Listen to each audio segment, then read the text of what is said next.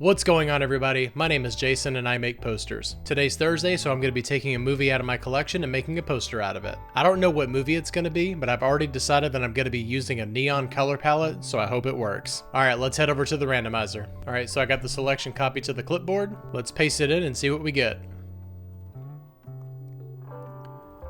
Colonia. Oh, very interesting. Okay, let me go grab that real quick. All right, so Colonia is a movie starring Emma Watson, and if you haven't seen it, then I highly recommend it. It's really good. It's going to be very interesting to make a neon poster out of this movie because it just doesn't fit. But that's what's fun about design challenges. All right, let's go ahead and jump into Illustrator. All right, so I'm going to be starting completely from scratch here, and that means designing out our neon color palette from scratch.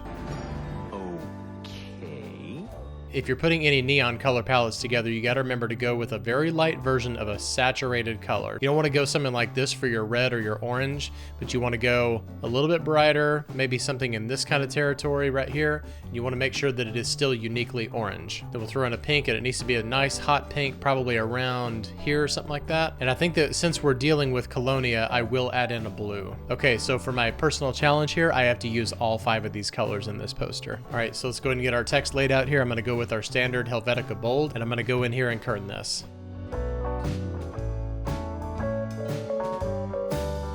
All right, so I think the title of the movie should definitely be in this neon blue right here. So what I think I'm going to do here, since we have this text already set, I'm going to copy this over here. I'm going to create outlines. So I've got it exactly 16 inches wide, which is going to be giving us a 1-inch margin around all of our sides. And then I'm going to move it a 1/4 of an inch up, and we're going to copy it probably 4 times.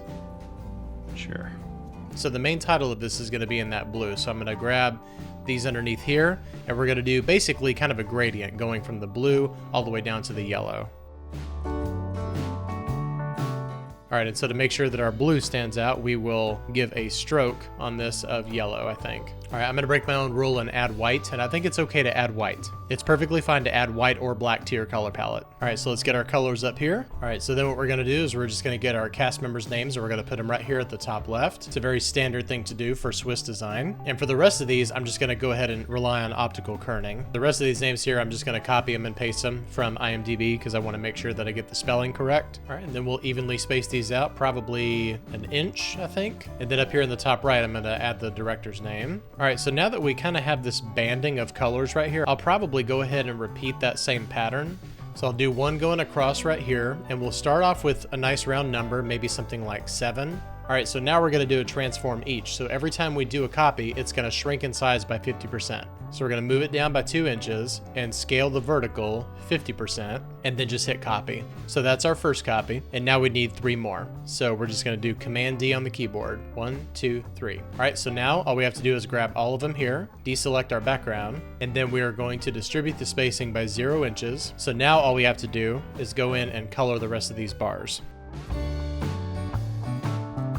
And then the last thing I think I want to do here is add a circle. And the reason for the circle is we want to find a universal sign for danger, and I want the poster to communicate that. All right, so what we'll do here is this pink outer circle. So I'm going to do an inside circle, and you could do this a number of different ways. I just like to do it this way because I feel like I can control it a little bit better. So I'm just going to do that yellow on the inside, and we're going to draw a rectangle. And I'll show you exactly what we're going to do in a second. So I'd like for this to be a nice rounded size as well.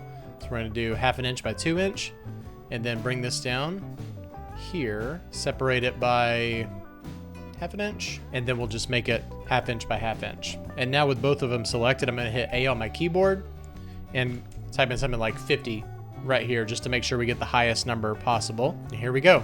And as far as the design goes of this does not communicate the message of this movie at all. However, I do things like this to show you the benefit of putting together a challenge for yourself and limiting yourself to only a few colors, and also choosing those colors ahead of time before you even know what your subject matter is. So that way, when you get into using these types of colors, it may not be for the project that you're expecting. So whenever you do get to those colors, you already know what to do. It kind of ties in with my video I made last week about staying inspired. If you haven't seen that, go check it out. Okay, so I can't leave this design untouched. I've got to add some kind of effects to it, so let's bring it into Photoshop. So I like this wrinkled notebook paper right here. I think it actually works really well just for the colors, has nothing to do with the subject matter of the movie.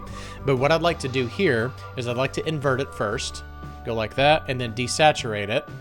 And then I'm gonna just kind of lay it on top here, and you can see what all these different blending modes will do to the image below it. It just creates really cool effects here, especially this one, very highly saturated neon colors right there. But I think I'm gonna end up going with subtract. I think I like that best out of everything. And I'm actually gonna go back into my Illustrator file and brighten up the black right here so that we can actually see those effects. There we go, much better. Okay, so now we've got a little bit of resizing to do here. I want the top of that paper to be right there at the top of the canvas. Okay, so here it is.